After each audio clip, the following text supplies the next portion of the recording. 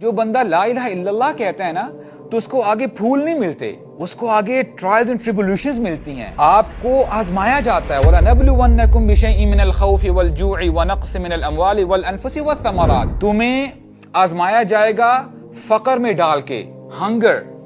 हो सकता है तुम्हें जॉब ना मिले, तुमने बहुत अच्छी डिग्री कमाई है लेकिन there is no room for you. तुमने बिजनेसेस खोले हैं, हो सकता है बिजनेस तुम्हारे शट डाउन होते जा रहे हैं। या अल्लाह व्हाट्स हैपनिंग, तुम्हें आजमाया जाएगा।